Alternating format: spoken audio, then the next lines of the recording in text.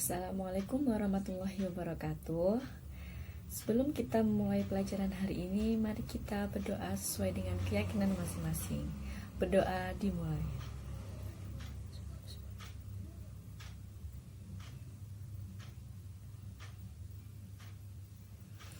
Berdoa selesai. Setelah melihat video ini, jangan lupa kalian untuk mengisi absensi. Kali ini kalian mengisi absensi dengan memberi komentar di video materi kali ini. Jadi tidak saya berikan ruang absensi di Google Classroom. Apa kabar kalian hari ini? Semoga dalam keadaan sehat semuanya. Jangan lupa untuk selalu memakai masker jika kalian ingin keluar rumah. Jangan lupa menjaga jarak dan jangan lupa mencuci tangan sesering mungkin dengan air yang mengalir. Hari ini siap untuk melanjutkan pelajaran? Baik, hari ini kita masuk bab baru, yaitu bab mengenai transformasi.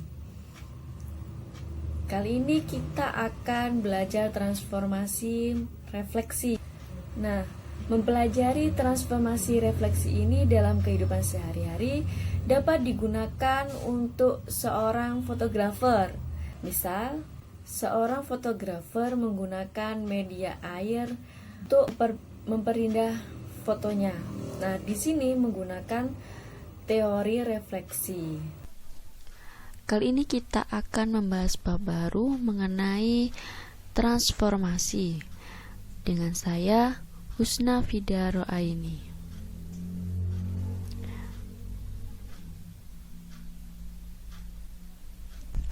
Nah, pada transformasi dibagi 4, yaitu yang pertama refleksi, yaitu mencerminkan. Yang kedua translasi, yaitu menggeser. Yang ketiga yaitu rotasi, memutar. Dan yang terakhir yaitu dilatasi, yaitu memperbesar atau memperkecil. Nah, jika diilustrasikan pada sebuah gambar akan seperti ini. Yang pertama refleksi. Nah, jika diketahui suatu segi 4 dan dicerminkan, maka akan menghasilkan segi 4 yang sama pula. Kemudian translasi, di sini ada segi 6 dan dia ditranslasikan, maka akan seperti ini. Kemudian yang ketiga yaitu rotasi. Nah, di sini saya menggunakan sebuah panah. Jika dia dirotasikan, maka akan seperti ini. Kemudian yang terakhir yaitu dilatasi. Jika diketahui benda seperti ini dan benda ini dilatasi, maka akan seperti ini.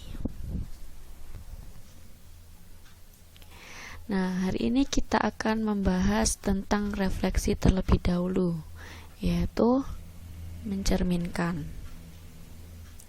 Refleksi adalah salah satu jenis transformasi yang memindahkan setiap titik pada suatu bidang atau bangun geometri dengan menggunakan sifat benda dan bayangannya pada cermin datar. Nah, pencerminan suatu benda memiliki sifat. Nah, sifat bayangan benda yang dibentuk oleh pencerminan yaitu sebagai berikut. Yang pertama, bayangan suatu bangun yang dicerminkan memiliki bentuk dan ukuran yang sama dengan bentuk aslinya. Yang kedua, jarak bayangan ke cermin sama dengan jarak benda aslinya ke cermin. Yang ketiga, bayangan bangun pada cermin saling berhadapan dengan bangun aslinya. Nah, jika diketahui suatu titik, kita beri titik itu nama A di 5,3. Kemudian dia dicerminkan di sumbu X. Ini sumbu X ya. Maka dia terletak di 5,3. Nah, di sini dapat dilihat yang berubah adalah nilai Y-nya. Maka dapat disimpulkan jika terdapat titik X, Y dicerminkan dengan sumbu Y, maka yang berubah adalah sumbu Y-nya. Kemudian jika diketahui titik A di 5,3 dan dicerminkan di sumbu Y, di sini ya sumbu Y-nya, maka dihasilkan negatif 5,3. Nah, dapat dilihat bahwa di sini yang berubah adalah nilai X-nya. Maka dapat disimpulkan jika ada suatu titik X, Y dicerminkan terhadap sumbu Y, maka hasil pencerminannya adalah nilai X-nya yang berubah. Kemudian yang ketiga, jika diketahui titik A di 5,3 dicerminkan terhadap sumbu Y sama dengan X, maka dihasilkan pencerminan 3,5. Nah, di sini dapat dilihat nilai X dan Y-nya saling bertukar. Jadi kesimpulannya, jika ada titik X, Y dicerminkan terhadap sumbu Y sama dengan X, maka hasil pencerminannya nilai X dan Y-nya dibalik. Kemudian yang keempat, terdapat titik A di 5,3 dicerminkan terhadap sumbu Y sama dengan negatif X, maka dihasilkan titik pencerminannya yaitu negatif 3, negatif 5. Maka dapat disimpulkan bahwa jika ada titik X, Y dicerminkan terhadap Y sama dengan negatif X, maka hasil pencerminannya yaitu nilai X dan nilai Y-nya dibalik, kemudian bernilai negatif. Bedanya dengan dicerminkan terhadap sumbu Y sama dengan X tadi bernilai positif. Kalau terhadap sumbu Y sama dengan negatif X, dia bernilai negatif. Keduanya sama-sama dibalik antara nilai X dan Y-nya. Oke. Yang kelima, jika diketahui titik A di 5,3 dicerminkan terhadap titik 0, maka dihasilkan negatif 5, negatif 3. Maka dapat disimpulkan bahwa jika terdapat titik X, Y dicerminkan terhadap titik 0, maka hasil pencerminannya yaitu X dan Y bernilai negatif.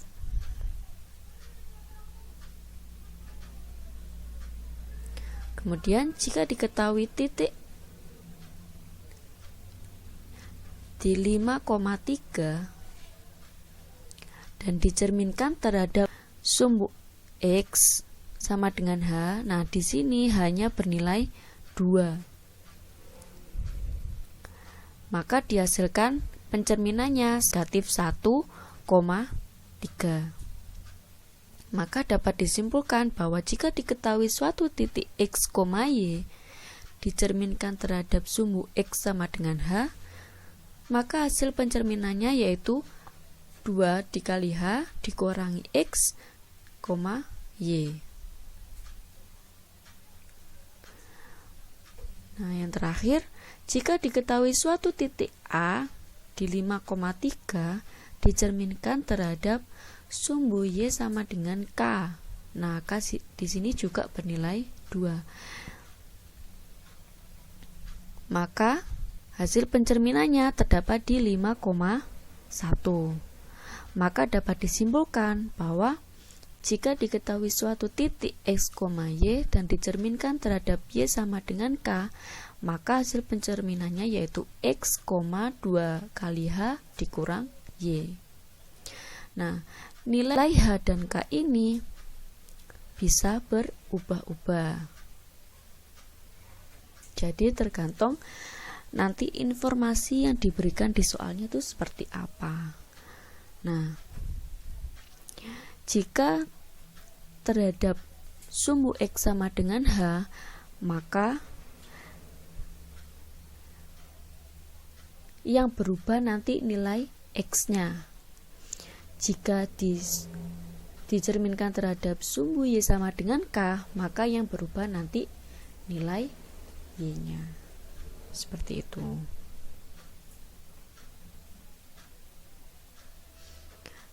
Yang kedua, kita masuk ke contoh.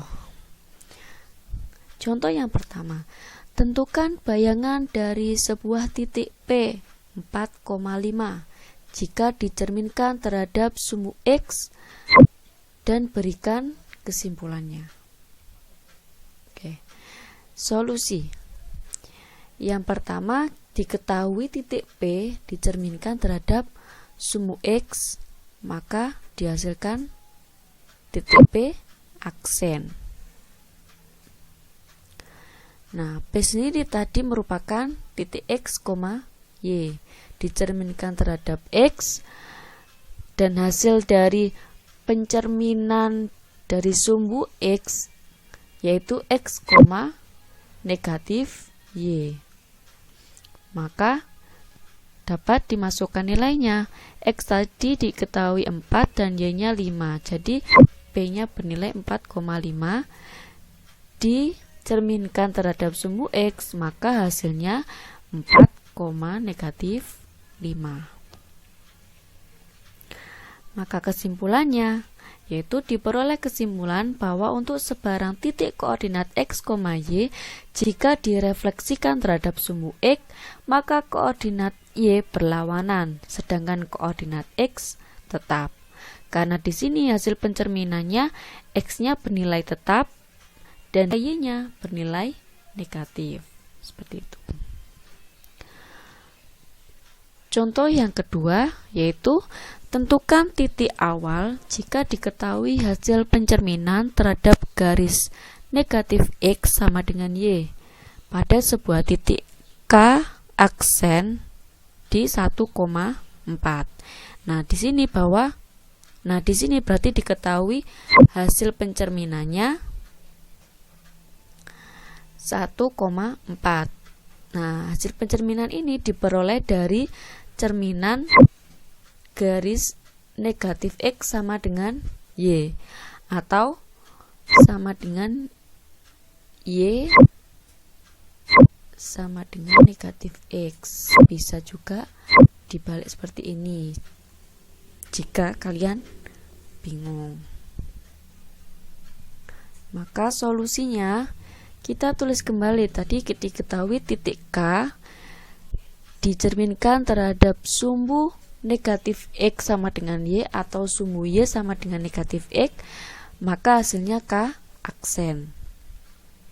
Nah, K sendiri merupakan titik X, Y dicerminkan terhadap sumbu Y sama dengan negatif X. Nah, hasil dari pencerminannya diperoleh negatif Y, negatif X. Nah, karena tadi hanya diketahui hasil pencerminannya, maka langkah selanjutnya yaitu menulis kembali nilai K-nya X, Y dicerminkan terhadap sumbu Y sama dengan negatif X. Nah, dihasilkan tadi 1,4. Nah, karena di sini hasil dari pencerminan X dan Y itu negatif Y sama dengan negatif X, nilai X, Y nya yaitu negatif 4, negatif 1. Seperti itu. Maka kesimpulannya, jadi titik awal dari hasil pencerminan K aksen 1,4 adalah titik K negatif 4, negatif 1. Contoh yang ketiga yaitu diketahui segitiga ABC dengan titik sudutnya di A 3,2, B 4,4 dan C 1,3. Maka gambarlah segitiga tersebut, kemudian gambar hasil bayangannya jika dicerminkan terhadap sumbu Y. Nah, maka solusinya yang pertama kita tulis dulu. Tadi kan diketahui yang pertama titik A dicerminkan terhadap sumbu Y-nya, maka dihasilkan A aksen. Nah, A sendiri tadi titik X, Y dicerminkan terhadap sumbu Y, yaitu hasil pencerminannya yaitu negatif X, Y. Maka dari titik 3,2 dicerminkan terhadap sumbu Y, hasilnya negatif 3,2. Titik yang kedua, titik B dicerminkan terhadap sumbu Y, yaitu menjadi B aksen. Titik B sendiri yaitu X, Y dicerminkan terhadap sumbu Y, yaitu dihasilkan titik negatif X, Y. Dari titik 4,4 dicerminkan terhadap sumbu Y, maka dihasilkan negatif 4,4. Dan titik yang terakhir yaitu titik C dicerminkan terhadap sumbu Y, dihasilkan titik C aksen. Nah, titik C sendiri tadi yaitu X, Y dicerminkan terhadap sumbu Y, maka hasil dari pencerminannya adalah negatif X, Y. Jadi dari titik 1,3 dicerminkan menjadi negatif 1,3. Nah, maka gambar segitiga dan bayangannya yaitu, nah ini gambar titik mulanya, titik awal, yaitu titik A 3,2, titik B 4,4, dan titik C nya 1,3. Nah, kita tarik garis seperti ini. Kemudian tadi dicerminkan terhadap sumbu Y, maka dihasilkan titik A aksen menjadi negatif 3,2, titik B aksen menjadi negatif 4,4, dan titik C menjadi negatif 1,3. Nah, kita tarik garis seperti ini. Nah, yang ketiga, ini merupakan soal yang harus kalian kerjakan nomor 1 sampai 3. Untuk nomor 4, kalian bisa lihat di PDF yang sudah saya kirimkan di Google Classroom. Di soal nomor 4 terdapat 2 soal. Nah, di situ kalian dapat memilih salah satu. Tidak perlu dikerjakan dua-duanya, kalian hanya pilih salah satu dari soal tersebut. Untuk soal nomor 1 sampai 3, ini kalian kerjakan semuanya. Jadi nanti ada 4 soal yang kalian kerjakan. Yang pertama, jika diketahui bayangan sebuah titik adalah N aksen 3, negatif 1 yang merupakan hasil pencerminan sebuah titik terhadap titik asal, yaitu 0,0, maka tentukan posisi titik awal. Soal yang kedua, hasil refleksi titik P 6,2 terhadap garis Y sama dengan X, kemudian dilanjutkan refleksi terhadap garis X sama dengan 4. Maka tentukan bayangan akhir dari titik P dan berikan kesimpulannya. Soal yang nomor 3 yaitu diketahui sebuah bangun segi 4 HIJK dengan koordinat H 1,1, I 3,1, J 3,1, dan K 1,3. Kemudian dicerminkan terhadap garis Y sama dengan 4. Maka yang pertama, tentukan koordinat bayangan segi 4 tersebut. Yang kedua, gambarlah bangun segi 4 dan bayangannya pada koordinat kartesius. Baik, materi hari ini sudah selesai. Jika ada yang kurang paham, silakan bertanya dengan memberikan komentar di video YouTube ini atau melalui Google Classroom, WhatsApp group, atau bisa WhatsApp saya. Nah, kesimpulan materi untuk hari ini adalah yang pertama, jika diketahui suatu titik X, Y dicerminkan terhadap sumbu X, maka dihasilkan titik X, negatif Y. Yang kedua, jika diketahui titik X, Y dicerminkan terhadap sumbu Y, maka dihasilkan titik negatif X, Y. Yang ketiga, jika diketahui titik X, Y dicerminkan terhadap sumbu Y sama dengan X, maka akan dihasilkan titik Y, X. Yang keempat, jika terdapat titik X, Y dicerminkan terhadap sumbu Y sama dengan negatif X, maka akan dihasilkan titik negatif Y, negatif X. Yang kelima, jika diketahui titik X, Y dicerminkan terhadap titik 0 atau 0,0, maka akan dihasilkan titik X, negatif Y. Yang keenam, jika diketahui suatu titik X, Y dan dicerminkan terhadap sumbu X sama dengan H, maka akan dihasilkan titik 2 dikali H dan dikurang X, Y. Yang terakhir, yang ketujuh, yaitu jika diketahui suatu titik X, Y dan dicerminkan terhadap sumbu Y sama dengan K, maka akan dihasilkan suatu titik X, 2 dikali K dan dikurang Y. Untuk pertemuan selanjutnya, jangan lupa dipelajari mengenai transformasi, translasi, dan rotasi. Cukup sekian, terima kasih. Silakan adik-adik mengerjakan tugas yang sudah saya berikan. Semoga materi hari ini bisa menambah ilmu kalian.